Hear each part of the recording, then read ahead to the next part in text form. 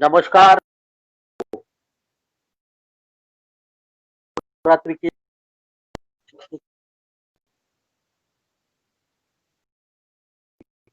हम सब जानते हैं इस वक्त 19 एक हैवॉक चल रहा है और ऐसे स्थिति में अगर हम अपने आप को बचाने के लिए घर के अंदर बैठे हैं तो उस समय का सदुपयोग करना चाहिए। और इस सदुपयोग की कड़ी में मैं चाहता हूं कि नाड़ी परीक्षा का ज्ञान मैं ज्यादा से ज्यादा लोगों तक पहुंचा पाऊं। पिछले 8 दिनों से हमारे अलग अलग लोगों के साथ वेबिनार्स चल रहे हैं और आज आयुष दर्पण के नवीन कुमार जी जोशी जी के सहायता से Nepal Ayurveda medical student society के सभी सदस्यों के साथ जो कुछ अल्प स्वल्प ज्ञान नाड़ी परीक्षा का हमने पाया है उसको आपके साथ बांटने में मुझे बड़ा आनंद हो रहा है। ये आनंद इसलिए जरूरी है क्योंकि नाड़ी परीक्षा एक ऐसी विधा है जो न सिर्फ भारत में पर दुनिया के अनेक हिस्सों में उसका उपयोग निदान के लिए किया जाता है, पर दुर्दैव से कोई भी उसके बारे में बात करने के लिए तैयार नहीं है। आप किसी भी वैद्य को पूछेंगे क्या वो नाड़ी परीक्षा करता है और उसका जवाब हाँ में होगा। ऐसा हो ही नहीं सकता कि वैद्य हो और नाड़ी परीक्षा न करता हो।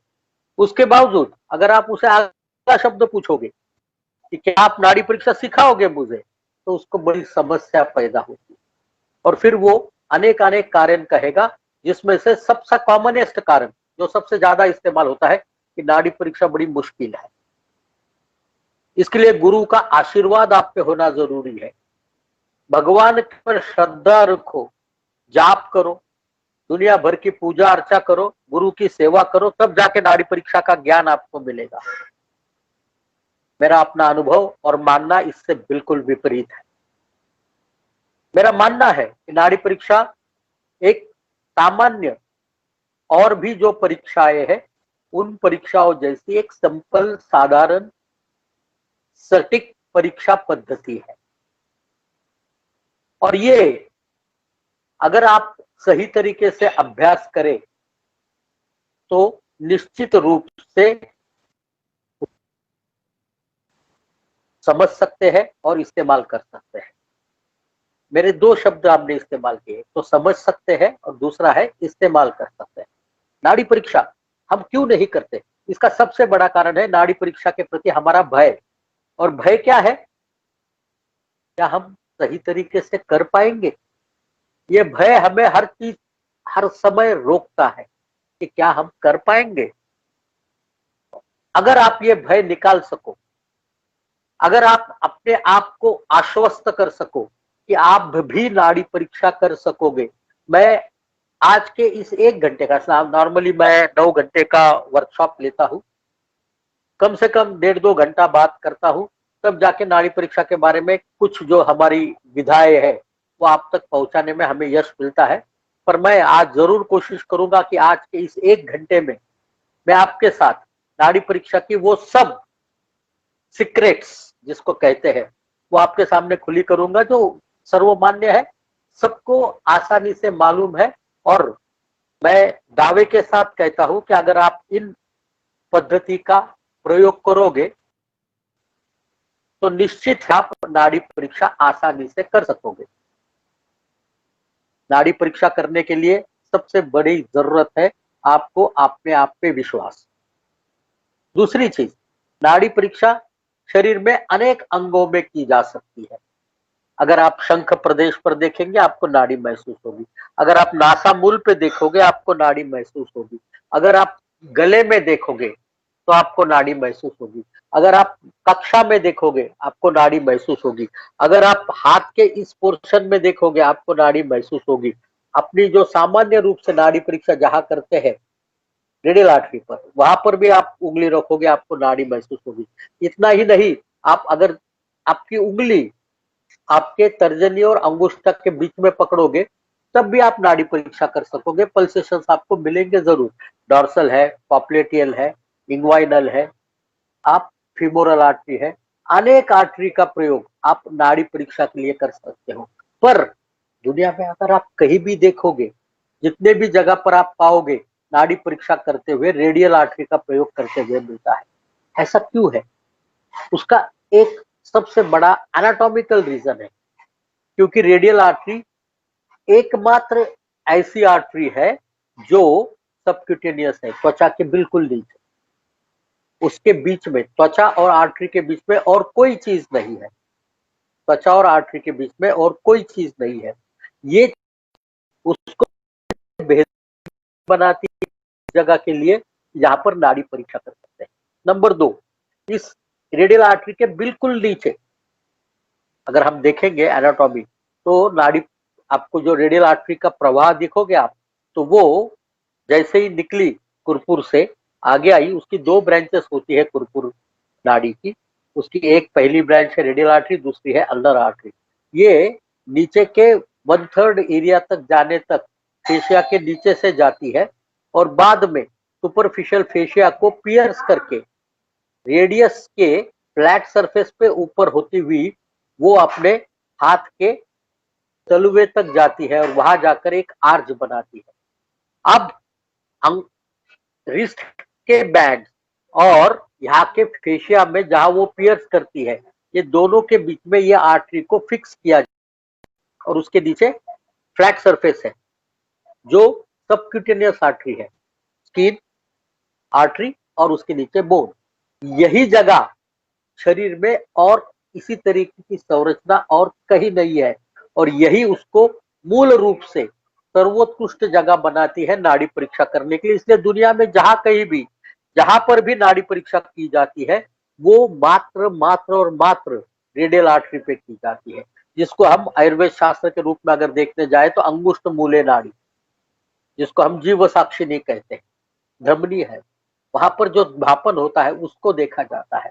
ध्यान में रखना, नाड़ी परीक्षा करते वक्त हमें नाड़ी की पूरी लेंथ कभी नहीं मिलती, हमें जो मिलता है वो है पल्सेशन, और हमारी पूरी प्रक्रिया इस पल्सेशन के एनालिसिस में जाती है। नाड़ी में बदलाव इसलिए होते हैं कि शरीर में दोषों में बदलाव सातत्य से होते हैं। शरीर में हर क्षण पर जो रक्त बहता है उसके न्यूट्रिएंट में बदलाव होते हैं, उसमें आने वाले ऑक्सीजन में बदलाव होता है। आपका हृदय हर क्षण पर एक जैसे पंप नहीं करता, क्योंकि मायोकार्डियल जो इलेक्ट्रिक करंट जो जिसके कारण से ये मायोकार्डियम कॉन्ट्रैक्ट होता है और जिसके कारण से ब्लड आपके रक्त वाहिनी में डाला जाता है, वो हर बार अलग अलग करंट का होता है। तो आपकी हर बार जो है नाड़ी में आने वाला जितना भी रक्त है वो अलग अलग प्रमाण में, मात्रा में आता है।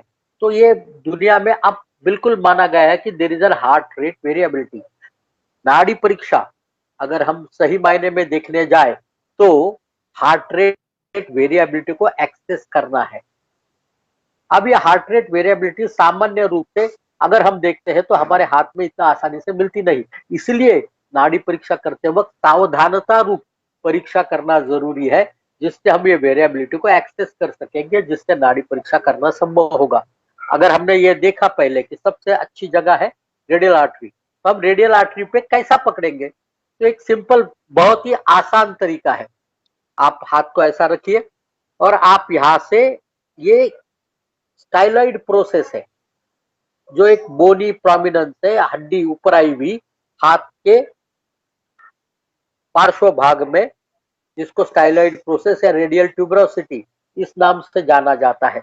वहां से आपकी उंगली अगर रिस्ट के मध्य के पहले तक जाए तो आपको एक यहाँ एक गड्ढे जैसी संरचना नजर आएगी जो हाथ को लगेगी। आपको हो सकता है कि आपको वहां नाड़ी महसूस होने लगे। ज्यादातर लोगों में यहाँ पर नाड़ी महसूस होती ही है। अगर कुछ लोगों में नहीं होती है तो थोड़ा सा नीचे की तरफ हाथ उंगली को लेके जाए और नाड़ी को, स्पर्श को उंगली के सामने वाले हिस्से का करना है, ये हिस्से का नहीं करना, फिर हो जाएगी।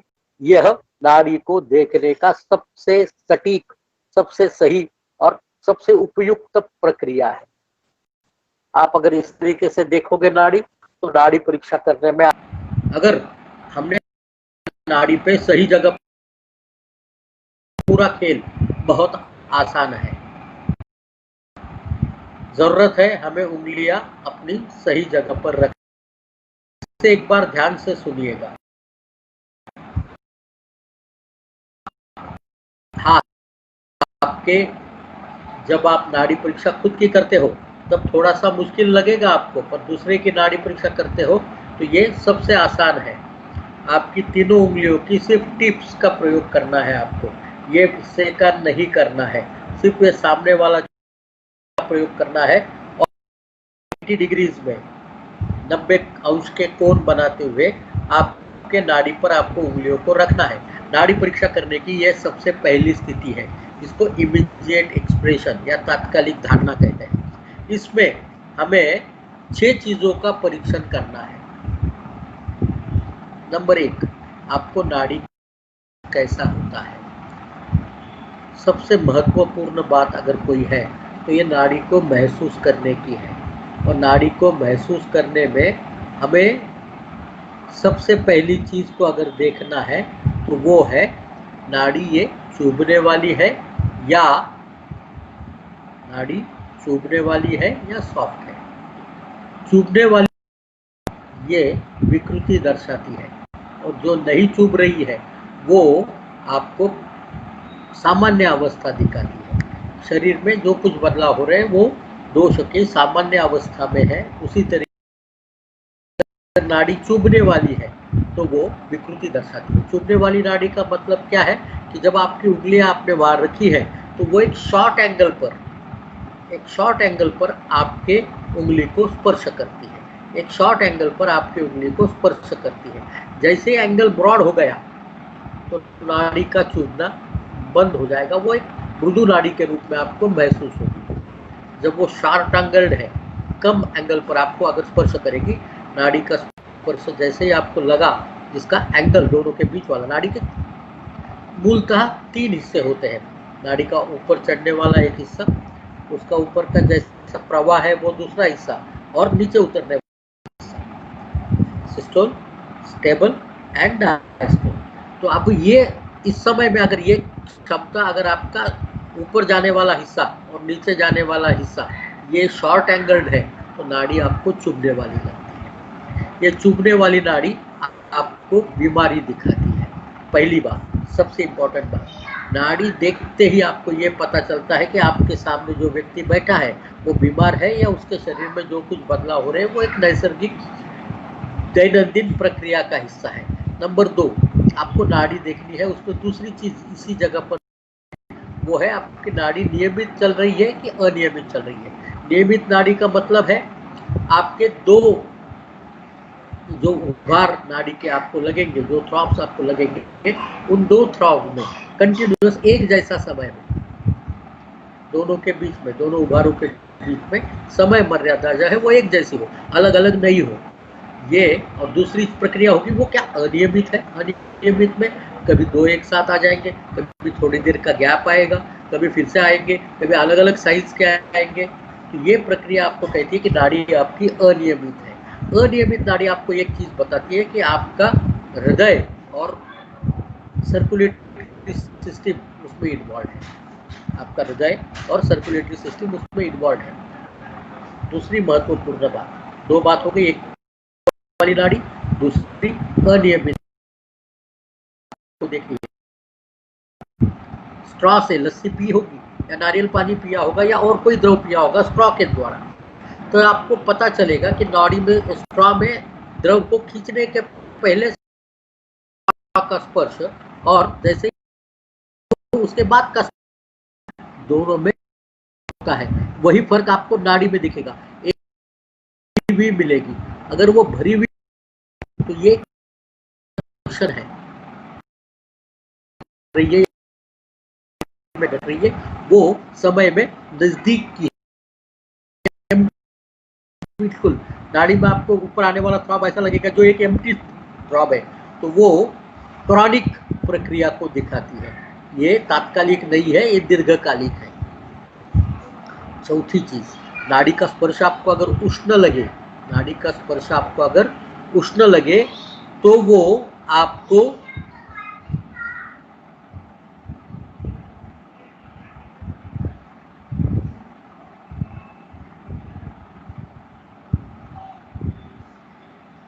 ये उष्ण स्पर्श आपको शरीर आम को दर्शाता है। ये शरीर में आम है। आम का मतलब उष्मनो अल्पबलत्वेन धातु माध्यम अपाचितम आमः स उच्यते। जो अग्निमाद्य के कारण से धातु निर्मित प्रक्रिया का प्रथम धातु जो है, जिससे रस धातु की निर्मित होने वाली है, वो अगर अपक्व रह गया तो वो शरीर में अपक्व रूप में घूमेगा। और ये अपक्व रूप में घूमने वाली जो प्रक्रिया है वो एक विष के रूप में काम करती है शरीर में, इसे आम कहते हैं। नाड़ी में अगर उष्णता मिली आपको तो समझना कि आम है। बहुत से लोगों के मन में एक शंका हमेशा से आती है, नाड़ी देखते हैं तो हमारी त्वचा का रंग हमें नाड़ी का मिलेगा। अरे त्वचा का स्पर्श भी उस अंदर से बहने वाले रक्त के कारण ही है। ध्यान में रखना, त्वचा का स्पर्श उष्ण या ठंड किसी बाहरी वस्तु से नहीं होता, अंदरूनी जो उनके अंदर से रक्त का प्रवाह जा रहा है, नाड़ी में से जो बह रहा है द्रव, उसी के कारण से होता है। तो आपको जो स्पर्श नाड़ी पे अगर उष्ण लगे तो वो आपकी प्रवृत्ति बताता है। इसके अगली चीज नंबर 5 में हमें देखना है कि आपके कौन से उंगली के नीचे आपको स्पर्श मिलता है, तर्जनी, मध्यमा या अनामिका। दो में मिलेगा, कभी किसी 2 में मिलेगा, कभी किसी 1 में मिलेगा। इसका कारण है शरीर में जिस हिस्से में कार्यरत अधिकता होगी वही हिस्से में नाड़ी हमको ज्यादा रूप में मिलती है। यहाँ पर जो तर्जनी है, इंडेक्स फिंगर, वो दिखाता है कि कमर के नीचे वाले पोर्शन में, नाभि के नीचे वाले पोर्शन में कार्य चल रहा है।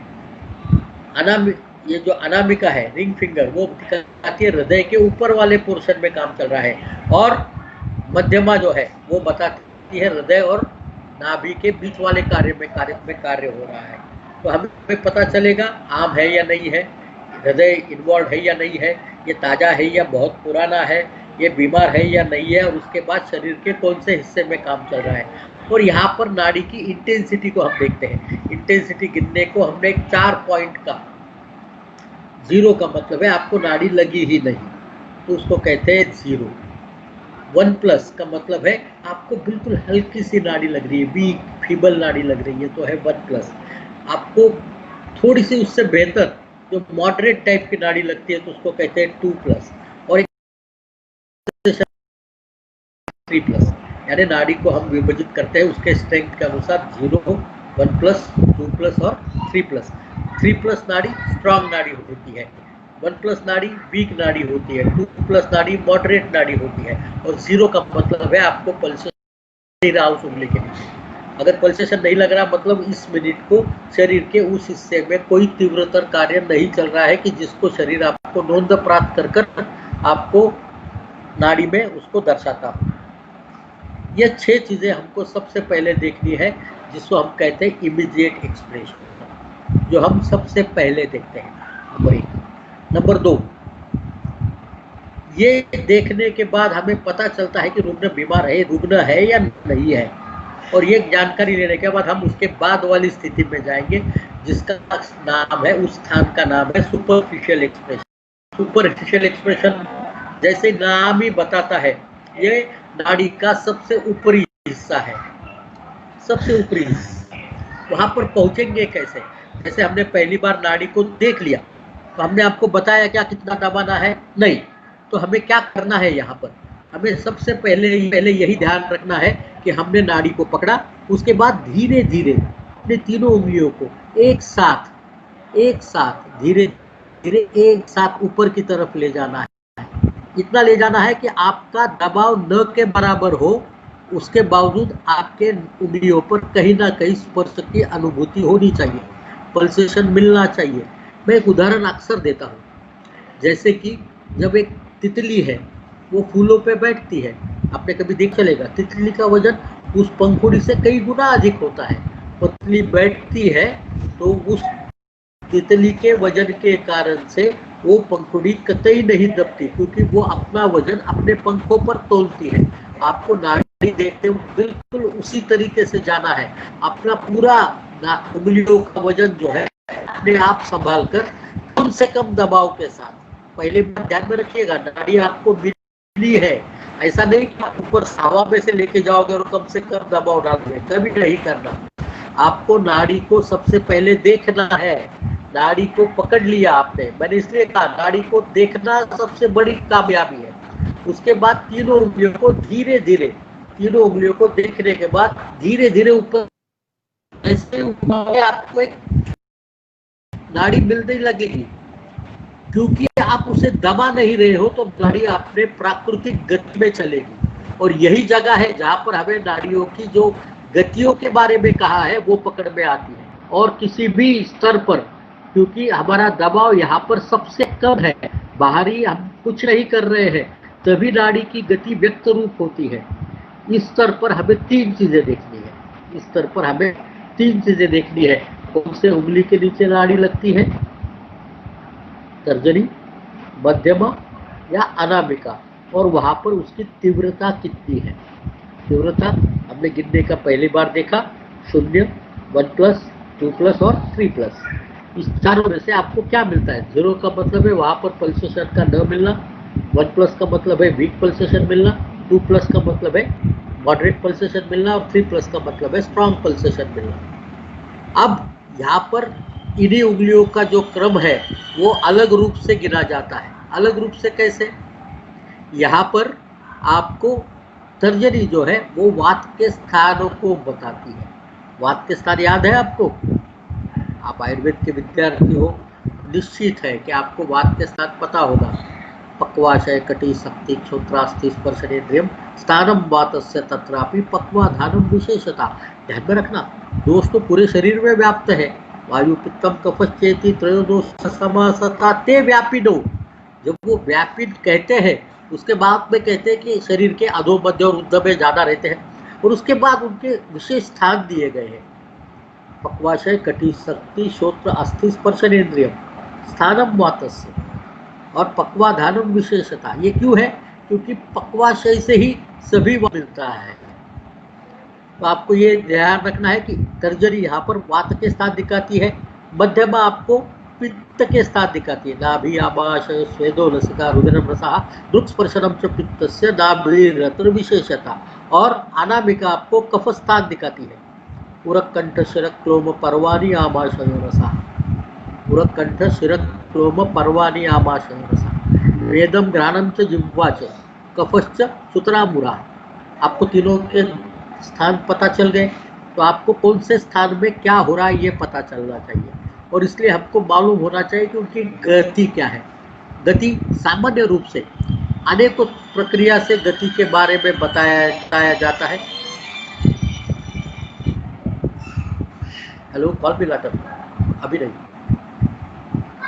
कौन बात कर रहा है? आप अभी नहीं, मैं अभी वेबिनार में हूँ। आप मुझसे 1 घंटे भर के बाद में बात करें।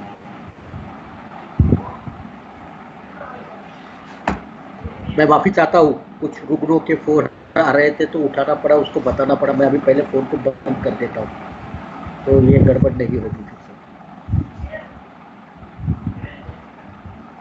तो यहाँ पर आपको सबसे इम्पोर्टेंट चीज़ अगर कोई देखनी है तो हमें यहाँ पर गति बताती है कि वहाँ पर कौन से दोष का काम चालू है। सामान्य रूप से अनेक जानवरों के साथ गतियों का अवधान किया जाता है, जैसे कि सर्प गति, जलों का गति, पिपीलिका गति, कृमि गति, ये वात की गतियां मानी जाती है।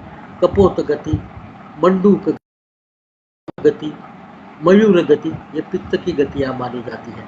और हंस गति, गज गति, ये सब उष्ट्र गति, ये सब कफ की गतियां मानी जाती है। पर हमें इतनी चीजें देखने की जरूरत नहीं है। सामान्य रूप से जिसमें कहीं डिस्प्यूट नहीं है, ऐसी 3 गतियां हैं। एक है सर्प गति, दूसरी है मंडूक गति और तीसरी है हंस गति। सर्प गति, मंडूक गति और हंस गति। सर्प गति है वात की, मंडूक गति है कफ की।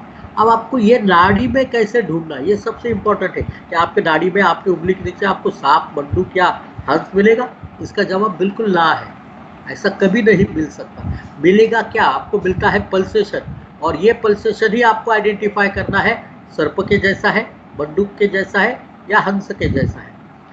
जैसे कि सर्प गति कैसी होगी? सांप को अगर आप देखेंगे वो इस तरीके से घूमते घूमते चलता है, आड़ा तिरछा, और ये चलते वक्त उसके अगर आपने साइज को देखा तो वो कहीं मोटा है कहीं पतला है। तो अगर नाड़ी में आपको आपके उंगली के नीचे, अगर आपके इसी उंगली के नीचे अलग अलग जगह पर स्पर्श लगेगा और उसका साइज अलग अलग होगा, अगर इसी उंगली के नीचे आपको अलग अलग जगह पर स्पर्श लगेगा और उसके साइज में अलगाव होगा, तो तय है कि आपको सर्पगति मिल रही है। और वो तर्जनी के नीचे मिल सकती है, मध्यमा के नीचे मिल सकती है, अनामिका के नीचे मिल सकती है। अगर आपने फ्रॉक के जैसा, मंडूक के जैसा देखा जो उड़ने वाला है, उसको सामने की तरफ झेप लेने के सिवा, either instead of leaping he doesn't have any other movement. एक अगर फ्रॉक को आप शांति से देखोगे, उसको आगे फॉरवर्ड जंपिंग ही करना पड़ेगा, उसके पीछे के जाड़े मजबूत लंबे पाव उसको और कोई गति के लिए जगह नहीं छोड़ते हैं। तो फॉरवर्ड लीप अगर आपको यहाँ पर नाड़ी में मिलती है कि जैसे कोई मंडूक उछल कर जा रहा हो, तो समझना कि आपको मंडूक गति मिल रही है। और हंस को अगर आप देखेंगे, अगर पानी में, आप लोग तो नेपाल के हो और बड़े नसीब वाले हो, हिमाचल की गोद में हो, ज्यादातर मिलते हैं। तो उस हंस को अगर आप देखेंगे, तो अगर हंस चलता है पानी में, तो वो पानी की सतह को बिना डिस्टर्ब करे चलता है। उसके लंबे पांव होते हैं जो बड़ी तेजी से चलते हैं, और वो पानी को चीरते हुए चलता है, पर पानी पे कोई हलचल नहीं करता। अगर आपको इसी तरीके से लीनियर गति मिली एक रेशा में, और बिल्कुल सटल ऐसा अगर उछाल मिले, तो आपको मिलती है हंस गति। तो आपको 3 गति कोई भी उंगली के नीचे आ सकती है। वात स्थान में भी हमें मिल सकता है वात गति, पित्त गति और कफ गति, यानी सर्प, मंडूक और हंस। मध्यमा में भी आपको मिल सकता है सर्प, मंडूक और हंस, और अनामिका में भी मिल सकता है सर्प, मंडूक और हंस।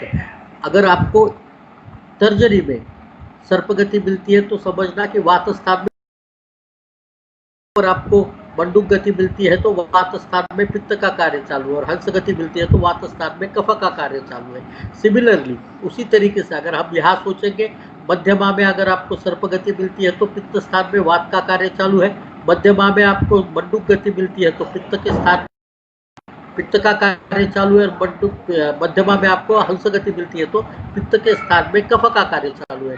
इसी तरीके से आपको तो कफ स्थान में भी देखना चाहिए, सर्प गति वात का कार्य, मंडूक गति पित्त का कार्य और हंस गति कफ का कार्य। ये हो गई दूसरा। तीसरी सूत्र है, ये सबसे आसान है, और सबसे आसान तो नहीं कहूँगा मैं वैसे, पर आसान है काफ़ी सारी, और आपको इमीडिएट आप चेक कर सकते हो। आप में से बहुतांश लोगों को अपनी प्रकृति के बारे में पता होगा। जब आपको प्रकृति के बारे में पता है, तो ये नाड़ी का जो तीसरा स्तर है, ये आपको प्रकृति की जानकारी देता है। ये आपको प्रकृति की जानकारी देता है। यहाँ पर अगर आप सही तरीके से परीक्षा करो, तो आपको जो जानकारी मिलती है वो है आपकी प्रकृति। और जैसे ही प्रकृति का ज्ञान हो गया, आपने नाड़ी देखी, ग्रॉस आपको पता चला, जब आप सुपरफिशियल गए तो आपको दोषों की अभी की स्थिति पता चली। अब आपको जाना है पे 3 उंगलियां आपने रखी है सुपरफिशियल पे, पूरी ताकत लगाकर दबाना है, पूरी ताकत लगाकर दबा दो। जैसे ही आपने दबाया, आपको महसूस होगा कि नाड़ी का बहाव रुक गया।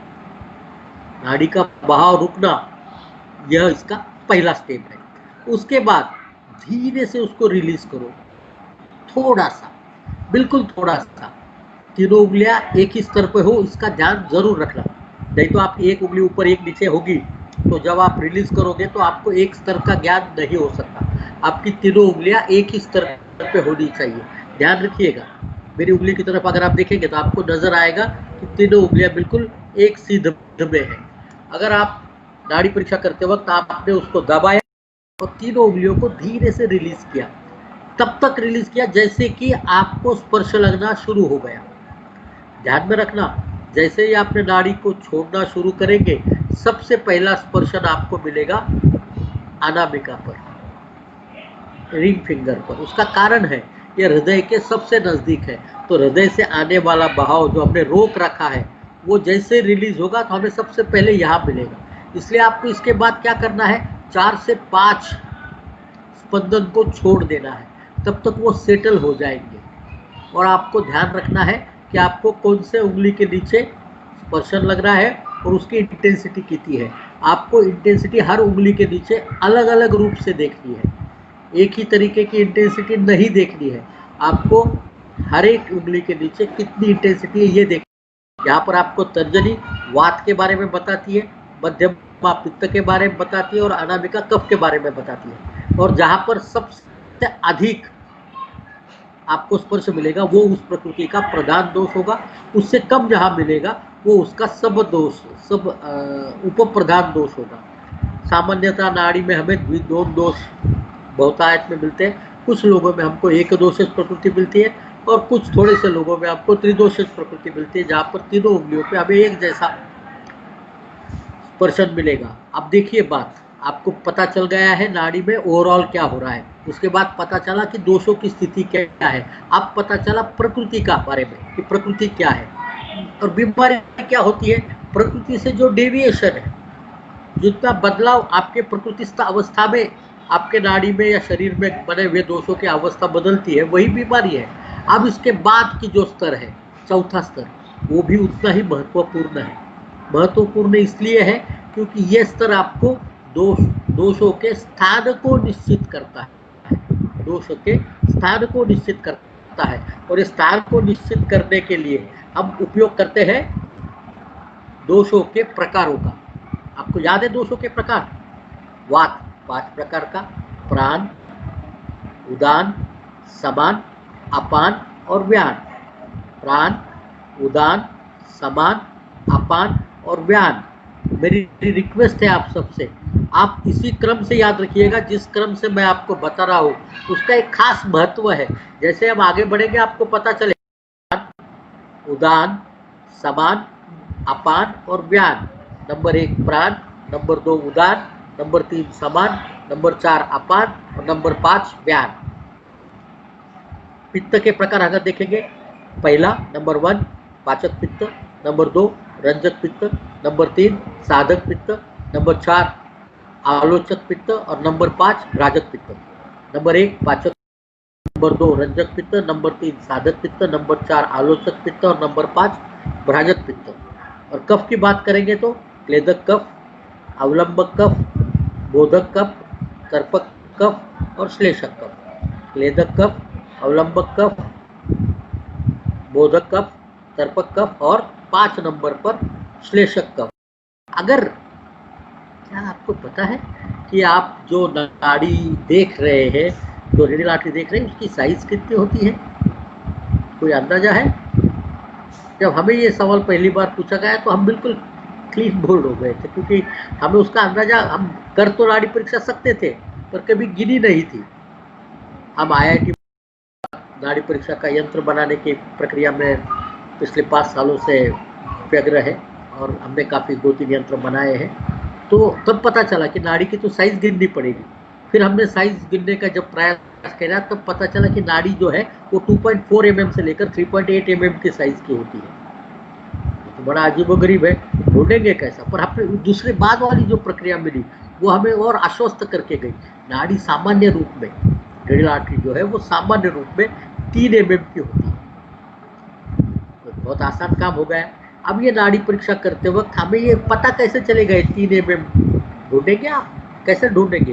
हम नाड़ी निकाल कर काट कर उसको वर्नियर कैलिपर लगा कर तो नहीं देख सकते। फिर क्या करेंगे? आप ध्यान में रखना, हम नाड़ी की 2 स्तरों को देखते हैं। एक है सुपरफिशियल जो सबसे ऊपरी स्तर है, और दूसरा है डीप जो हमने 2 नंबर पे सुपरफिशियल देखा और 3 नंबर पे डीप को देखा। जब हम नाड़ी की सबसे ऊपरी सतह को जाएंगे और सबसे निचली सतह को जाएंगे, ये दोनों को जब एक साथ मिलाकर देखेंगे आप, ऊपरी सतह निचली सतह, ऊपरी सतह निचली सतह, ऊपरी सतह निचली सतह, ऐसे 3-4 बार अगर आप नाड़ी पे उंगली घुमाएंगे तो आपको निश्चित रूप से अनुभव होगा। अगर आप देखेंगे तो मेरी उंगली एक विशिष्ट मूवमेंट दे रही है। और ये मूवमेंट का अंदाजा अगर आप लेंगे तो आपको नाड़ी की डायमीटर का, नाड़ी के साइज का अंदाजा होगा। और हमें क्या करना है, अब हमें हमारी उंगलियां लेके जानी है सुपरफिशियल पर। हमें हमारी उंगलियां लेके जानी है सुपरफिशियल पर। Superficial deep, superficial deep, superficial deep, ऐसे 3-4 बार करने के बाद जानी है सुपरफिशियल पर। और सुपरफिशियल पर जैसे हम उंगलियां लेके गए, सुपरफिशियल पर जैसे हम उंगलियां लेके गए, तो हम उसमें से एक उंगली को, जो तर्जनी है, सबसे पहले हमें तर्जनी को 1 mm 1/3 अंदर डालना है। कितना? 1/3, 1/3। 1/3 जब हम अंदर डालेंगे तो हमें नाड़ी का स्पंदन अपने उंगलियों पर महसूस होना शुरू होगा। जैसे ही पे उंगलियों पे महसूस होना शुरू होगा, ध्यान से देखना पड़ेगा। आपको करना क्या है, ये बड़ी सुनने को सबसे आसान चीज है, सुनने को बहुत डिफिकल्ट है। इतनी सी उंगली कैसा देखेंगे? उंगली सबकी उसी साइज की होती है और हमारी उंगली होती है तकरीबन 12 mm की। कुछ लोगों की 11 mm की होगी, कुछ लोगों की 15 mm की होगी, पर अमूमन नॉर्मली ऑन एन एवरेज हमारी उंगली होती है 12 mm की। तो इसको हमको 4 हिस्सों में बांटना है। तो एक हिस्सा बनेगा 3 mm का, नंबर 1 जो अंगूठे के पास वाला है, नंबर 2 जो उसके पास वाला है, नंबर 3 जो मिड लाइन के बाद है, और नंबर 4 जो मध्यमा के पास है। तो ये कर्वेचर जो है नाड़ी के टीप का, उंगली के टीप का, इसको हमको 4 हिस्सों में बांटना है। और हमें महसूस करना है कि कौन से हिस्से पे मुझे स्पर्शन सबसे अधिक मिलता है। वो नंबर 1 है, नंबर 2 है, नंबर 3 है, या नंबर 4 है। कभी कभी ऐसा हो सकता है इन 1, 2, 3 या 4 में डिस्टिंक्ट रूप में अलग से नहीं स्पर्शन मिलता, हमें स्पर्शन मिलित रूप में मिलता है। कभी 1 और 2 के बीच में है, कभी 1 और 2 पर है, कभी 2 और 3 पर है, कभी 3 और 4 पर है, कभी 2 और 4 पर है, कभी 1 और 3 पर है, कभी 1 और 4 पर है, अलग अलग तरीके से, या पूरे इसमें फैला हुआ भी मिलता है। ऐसा मिले तो उसको नंबर 5 गिनना, उसको नंबर 5 गिनना। और आपने ये इसको कहीं ना कहीं नोट डाउन करना है। तो यहाँ पर नंबर 2 है प्राण वायु, उदान वायु, समान वायु और अपान वायु। 4 हो गए। अगर एक से ज्यादा हिस्से में हमें स्पर्श लगता है तो वो है व्यान वायु, जो संपूर्ण शरीर में व्याप्त है। यही चीज हमको दोहरानी है। फिर से उंगली को ऊपर उठाना है और दूसरी उंगली को 1/3 अंदर डालना है, मध्यमा को। मध्यमा में नंबर 1 पे है पाचक पित्त, नंबर 2 पे है रंजक पित्त, नंबर 3 पे है साधक पित्त, नंबर 4 पे है आलोचक पित्त। और एक से ज्यादा हिस्से में लगता है तो वो है भ्राजक पित्त, जो संपूर्ण शरीर में व्याप्त त्वचा को दर्शाता है। फिर उसके बाद हमें ये इसको ऊपर लेना है और तीसरी उंगली को अंदर डालना है। यही एकमात्र स्तर ऐसा है जहां पर हम एक वक्त पर एक उंगली का प्रयोग करते हैं। बाकी हम स्तर देखते हैं उसमें हम तीनों उंगलियों का एक साथ एक स्तर पर प्रयोग करते हैं। इसमें हमको तीसरी बार डालना है अनामिका को। जब भी अनामिका जाएगी तो पहला भाग जो है वो बताएगा मुझे क्लेदक कफ, दूसरा अवलंबक कफ, तीसरा बोधक कफ, चौथा तर्पक कफ, और एक से ज्यादा हिस्से में है तो वो श्लेषक कफ, जो जोड़ों में है, उसका अंदाजा देता है। तो हमें नाड़ी परीक्षा में न सिर्फ दोषों की स्थिति, वहां पर चलने वाले कार्य के बारे में पता चला, जैसे कि हम अगर हमें सुपरफिशियल में, तर्जनी में यानी वात स्थान में वात का कार्य मिलता है तो चलन दिखाता है, वेदना दिखाएगा। पित्त का कार्य मिलता है तो इन्फ्लेमेशन दिखाएगा, इन्फेक्शन दिखाएगा, दाह दिखाएगा, परिवर्तन, पाचन दिखाएगा। और कफ का कार्य मिलता है तो एक्यूमुलेशन दिखाएगा, वहां ना कुछ जमा हो रहा है ये बात दिखाएगा, गीलापन दिखाएगा, शोथ दिखाएगा। यही चीज आपको पूरे शरीर में देखनी है अलग अलग जगह पर। और इसकी करने के लिए हम दोषों का प्रयोग करते हैं। अब जब सब दोषा लेवल पर, जो लेवल, और इसके जो है, जो सबसे आखिरी लेवल है नाड़ी परीक्षा करने में सबसे आसान अगर कोई लेवल है तो ये 5वीं लेवल है। क्योंकि यहाँ पर हमको सब मिलाकर एक ही चीज को देखना है कि हमें नाड़ी में कौन सी धातु मिलती है। हमारे पास 7 धातुएं हैं, तो नाड़ी परीक्षा में 3 उंगलियों में हम 7 धातु ढूंढ, सवाल आपके मन में आएगा जरूर। और तीनों उंगलियों का प्रयोग करते हुए आप 7 धातुओं को निश्चित रूप से देख सकते हैं, बिल्कुल आसानी से देखते हैं और आपको बहुत संभावना है ये आपको सबसे आसान लगे। चले उस पर। नाड़ी के 4 स्तर हो चुके हैं। अगर ये 5वां स्तर हम देखेंगे तो हमें निदान की परिपूर्णता मिलेगी। यहाँ पर हम निदान को पूरी तरीके से समझने में कामयाब हो जाएंगे, क्योंकि रूप में बाहर दिखता है। दोषों के बारे में हमने जान लिया, अब धातु बचे हैं। दोष धातु मला मूलम ही शरीरम। तो हम अगर इनको इकट्ठा करेंगे तो हमें निश्चित है कि हम नाड़ी परीक्षा के द्वारा शरीर में घटने वाली हर उस प्रक्रिया का संज्ञान कर सकते हैं जो हम समझना चाहते हैं। तो हमें पहले क्या करना है, फिर से superficial deep, superficial deep, superficial deep, superficial deep करते हुए सुपरफिशियल पे आ जाना है। ये क्यों करना है, तो हमें नाड़ी के जाड़ी का, नाड़ी के साइज का अंदाजा फिर से जहन में फिक्स हो। हम पहली बार गए थे एक उंगली को 1/3 लेकर, अब हमको ये तीनों उंगलियां एक साथ लेके जानी है 2/3 लेवल पर। ये 2/3 लेवल क्या आएगी, जो हमने 1/3 लेके गए उससे और अधिक अंदर।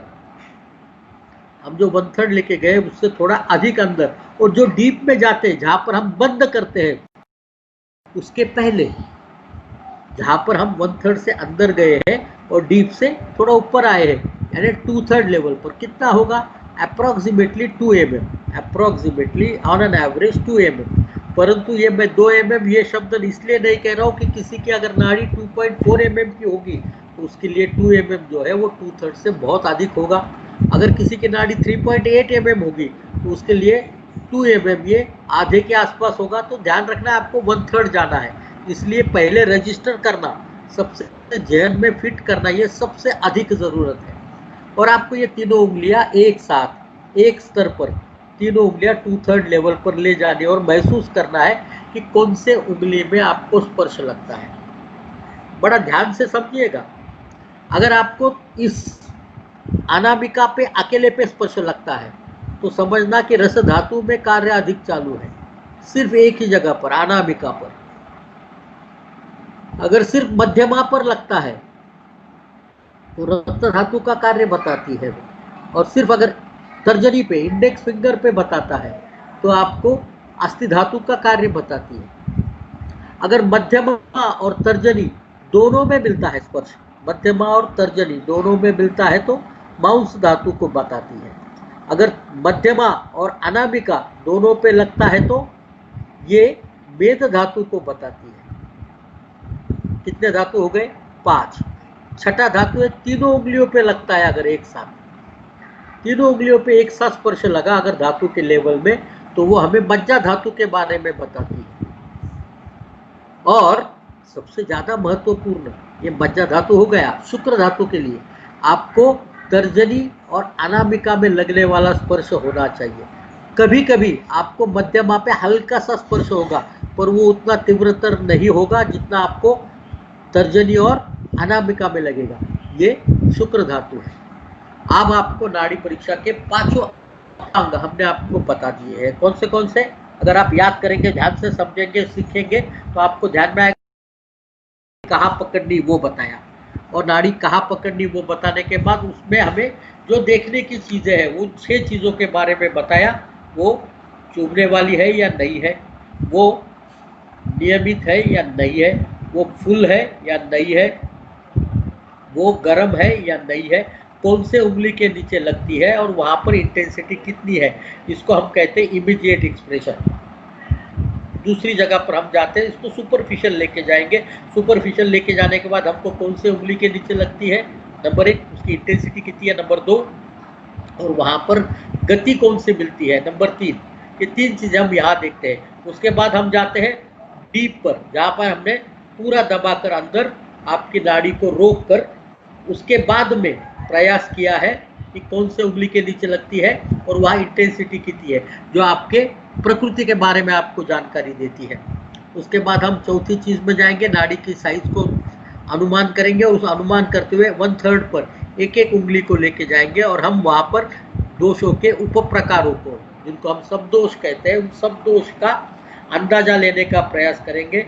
जैसे प्राण, उदान, समान, अपान और एक से ज्यादा हिस्से में लगती है तो व्यान, पाचक, रंजक, साधक, आलोचक, हिस्से में लगती है तो भ्राजक, क्लेदक, अवलंबक, बोधक, तर्पक और एक से ज्यादा हिस्से में लगती है तो श्लेषक। इसका अनुमान करेंगे और उसके बाद सबसे आखिरी जब हम 2/3 लेवल पर तीनों उंगलियां एक साथ लेके जाएंगे और वहां पर हम अनुमान करते हैं कि रस है, रक्त है, अस्थि है, मांस है, मेद है या मज्जा है, तीनों साथ में, या ये दोनों अनामिका और तर्जनी साथ में आते हुए हमें शुक्र का ध्यान देती है। इतनी सब चीजें करने के बाद इनको अगर हम एक साथ लिखेंगे ढंग से, हर एक लेवल का सेपरेट एनालिसिस करेंगे और ये 5 टुकड़ों को एक साथ जोड़ेंगे, जैसे कि हम बचपन में पजल्स को सॉल्व करते थे, आपने भी निश्चित रूप से किए होंगे, जहाँ पर एक चित्र के अनेक टुकड़े बनाए जाते थे और उन टुकड़ों को एक एंगल दिया जाता था जो एक दूसरे में अटकते थे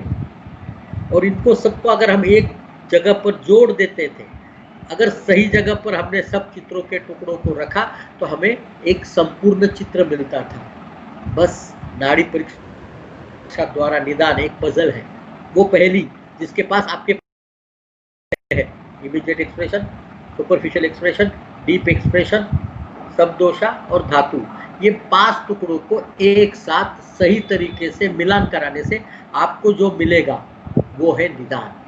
वही प्रक्रिया है नाड़ी परीक्षा की। अगर हमें समय मिल सकता था या मिलता है तो मैं आपको कोई उदाहरण के माध्यम से इसको दिखा सकता हूँ। जैसे के रूप में हम लेते हैं, उदाहरण क्या है, हमें देखना है नाड़ी परीक्षा करते वक्त हमने क्या क्या देखा। तो सबसे पहले हम बात करेंगे इमीडिएट एक्सप्रेशन। अगर हमारे पास नाड़ी में इमीडिएट एक्सप्रेशन में प्रिकिंग नाड़ी मिलती है, मतलब बीमार है, वहां पर नाड़ी मुझे रेगुलर मिलती है, मतलब हृदय कहीं इन्वॉल्व नहीं है। नंबर 3 पे नाड़ी मुझे गर्म मिलती है, फुल मिलती है तो मैं ये समझता हूँ कि वहाँ पर ये ताज़ा बीमारी है, एक्यूट है। अगर गर्म मिलती है तो आम की स्थिति है। अगर मुझे उसी वक्त रिंग फिंगर पर नाड़ी मिलती है तो ये शरीर के ऊपरी हिस्से का भाग है। ध्यान में आया? इसके बाद हम सब दोषा लेवल पर जाएंगे। सब दोषा लेवल पर मुझे मिलता है कि इंडेक्स फिंगर पर मुझे 2+ मिलता है और वहां पर मुझे मंडूक गति मिलती है और रिंग फिंगर पर मुझे 3+ मिलता है और मुझे स्वान गति मिलती है, हंस की गति मिलती है। इसका मतलब मुझे वात स्थान में पित्त का कार्य चालू है जो मध्यम है और कफ के स्थान में कफ का कार्य चालू है जो तीव्रतर है और मध्यमा में मुझे 1+ मिलता है जहां पर मुझे पित्त की गति मिलती है, जहां पित्त का मंद कार्य चालू मिलता है। अगर हम डीप में जाते हैं तो मुझे मिलती है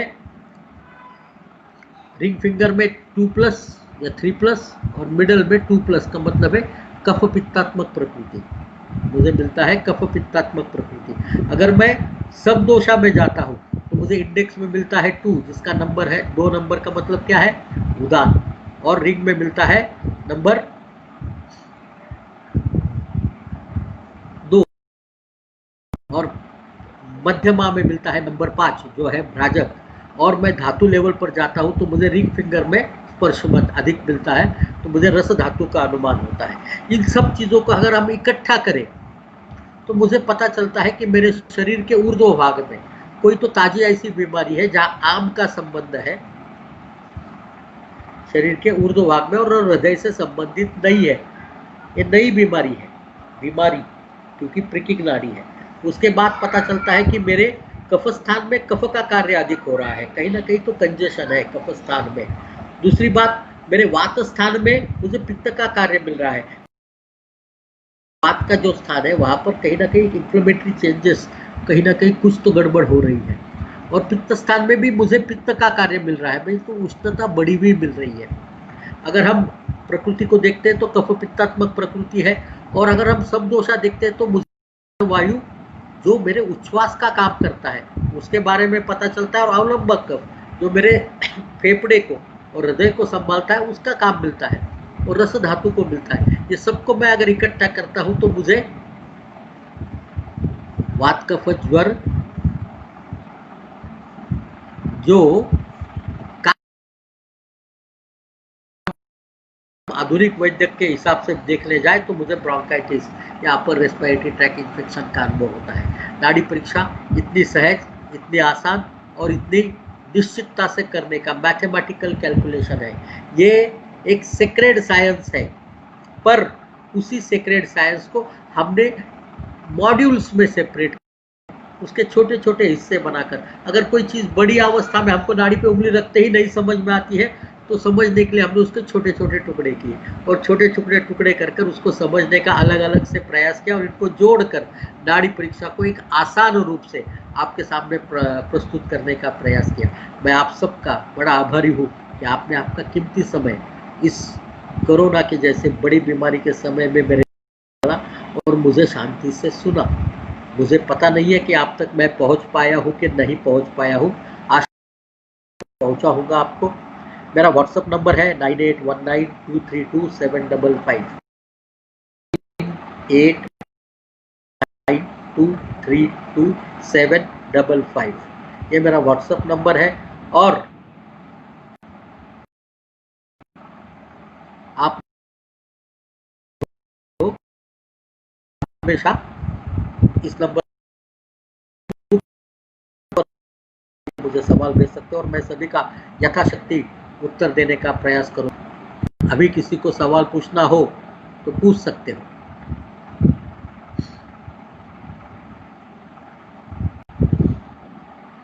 एनी क्वेश्चंस?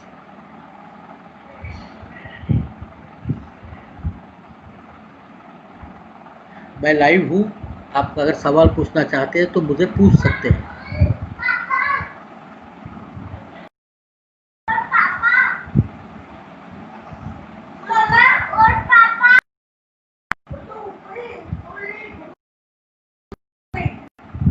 नाड़ी परीक्षा में फिर से बड़े कि एक्यूरेसी किसको कहते हैं। हम अगर एक्यूरेसी कहते हैं तो एक्यूरेसी आप किस पद्धति पर जांचेंगे।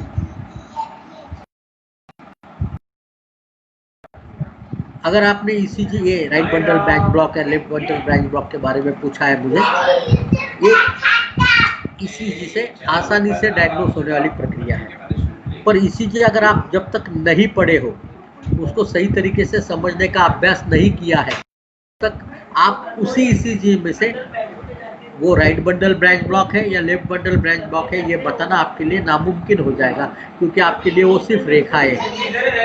पर अगर आपने ईसीजी को ढंग से समझा तो ये आप सेपरेट कर सकते हो। पर अगर आप नाड़ी को सही तरीके से देखोगे तो नाड़ी में अगर आपको विकृति मिलेगी, हृदय की इन्वॉल्व, हृदयस्थ स्थितों की, जैसे अवलंबक कफ की दृष्टि मिलती है जो हृदय धरा कला का परिरूप है, तो वो आपको बताएगा कि वहां पर ब्लॉक है। निश्चित रूप से ब्लॉक कर सकते हो और उसको आइडेंटिफाई कर सकते हो। ये बड़ा अजीबोगरीब सवाल है कि स्त्रियों के बाएं हाथ की और पुरुषों के दाएं हाथ की नाड़ी देखना चाहिए। पहली बात तो रेफरेंस, ये बात जो है ना, ये बड़ा मुश्किल सवाल है, क्योंकि नाड़ी परीक्षा के बारे में चरक सुश्रुत वाग्भट में बहुतायत में तो नहीं लिखा हुआ। थोड़े थोड़े 2 या 4 रेफरेंसेस मिलते हैं जो सीधे परीक्षा के बारे में नहीं है। नाड़ी परीक्षा का पहला उल्लेख मिलता है हमें शारंग धर्म में मिलते हैं हमको 8 श्लोक, उसके बाद का उल्लेख मिलता है हमें प्रकाश में, जहाँ पर मिलते हैं हमको 15 श्लोक, योग रत्नाकर जहाँ पर हमको सबसे ज्यादा मिलते हैं। और इन प्रक्रिया के बाद वहां पर भी कहीं भी ये दाएं या बाएं को देखने का विधान नहीं है। मैंने अपने जिंदगी में जब नाड़ी परीक्षा देखना, सीखना और सिखाना चालू किया तो हमने ये देखा कि दोनों तरफ की नाड़ी परीक्षा एक जैसी होती है, दोनों तरीके की नाड़ी परीक्षा एक जैसी होती है। पर ये कन्वेंशन है कि स्त्रियों हाथ की नाड़ी देखनी चाहिए और पुरुषों के दाएं हाथ की नाड़ी देखनी चाहिए। इसका कोई रेफरेंस हमें मिलता नहीं है। बहुत सारे लोग अग्नि, प्रकृति, पुरुष, वहाँ पर होने वाले चक्रों का और मंत्रों का बात बताते हैं। मैं इस पर विश्वास नहीं करता हूँ। मुझे लगता है कि जब तक वो मैथमेटिकल कैलकुलेशन में नहीं बैठता है, आप दाएं या बाएं किसी की भी नाड़ी देखो, कोई दिक्कत नहीं पड़ता। रेफरेंसेस पर नाड़ी परीक्षा मैंने आपको बताया कि भाव प्रकाश और योगनाथ अगर आप शारंग धर के पहले पूछेंगे तो चरक के जरूर कुछ रेफरेंसेस है, पर वो सीधा नाड़ी परीक्षा के रूप में नहीं है। जैसे कि वो अरिष्ट में एक जगह पर तीसरे अध्याय में कहते हैं कि जो स्पंदमान है उनका अस्पंदमान होना और अस्पंदमान का स्पंदमान होना, ये विपरीत जब होता है वो अरिष्ट लक्षण है। तो नाड़ी के बारे में ही उल्लेख है, क्योंकि स्पंदमान भाग शरीर में अगर हम देखेंगे तो हृदय और नाड़िया ही है, तो उसके पहले के और कोई उल्लेख नहीं है। और अगर हम मानेंगे कि बाद वाले ग्रंथ कौन से हैं, तो रावणकृत नाड़ी विज्ञान है, कनादकृत नाड़ी विज्ञान है, बसवराज्यम जो है जो तमिल में है, हमने बसवराज्यम नहीं पढ़ा, पर कनादकृत और रावणकृत नाड़ी विज्ञान हमने बहुत पढ़ा है। वो दोनों ग्रंथ है, पर उनकी कारण जो काल है, काल मर्यादा निश्चित करना असंभव है। इसलिए जो नाड़ी परीक्षा के रेफरेंसेस है, आप ये समझना वृद्ध वैद्यों के आधारों पर चलता है। जो जैसे जैसे नाड़ी परीक्षा लोग करते हैं, उन्होंने जो नाड़ी परीक्षा के बारे में लिखा पढ़ा समझा है उसके बारे में होता है। और जो हमारे जैसे कुछ लोग हैं जो आधुनिक वैद्य को आयुर्वेद का दुश्मन नहीं समझते हैं, रादर हम ये समझते हैं कि आधुनिक वैद्यों के उपकरणों का प्रयोग करते हुए या आधुनिक शास्त्रों के उपकरणों का प्रयोग करते हुए हम अपने शास्त्रों को उपब्रवित कर सकते हैं और बढ़ा सकते हैं। तब हमें नाड़ी में जो होने वाले छोटे छोटे बदलाव हैं उनके बारे में मिलेगा। आपको जब हमारी नई किताब आ रही है the secrets of pulse decoded, तो वो आपको ये सब चीज़ों के बारे में बताने के लिए शुरुआत करेगी। पर रेफरेंसेस जो हम शास्त्र आधार जिसको कहते हैं आप्त वचन, तो शारंग धर के पहले के बहुत सटीक शास्त्र वचन नहीं है। शारंग धर में भी मात्र 8 ही श्लोक है।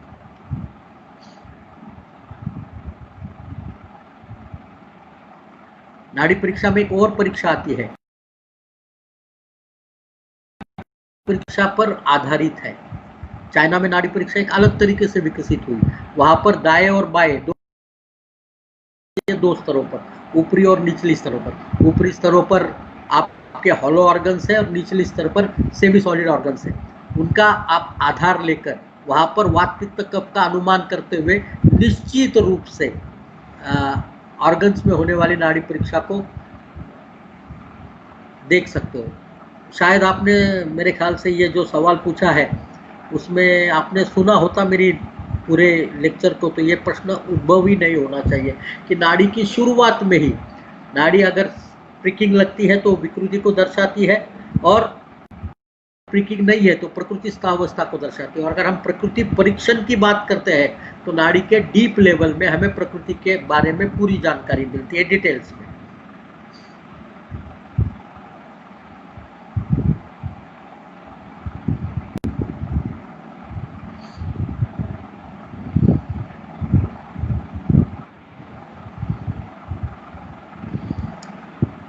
I hope everybody is happy. मैं हमारे जो अभी नाड़ी परीक्षा के व्हाट्सएप पे वेबिनार चल रहे थे वो मैं सुमन जी के व्हाट्सएप नंबर पर शेयर कर दूंगा।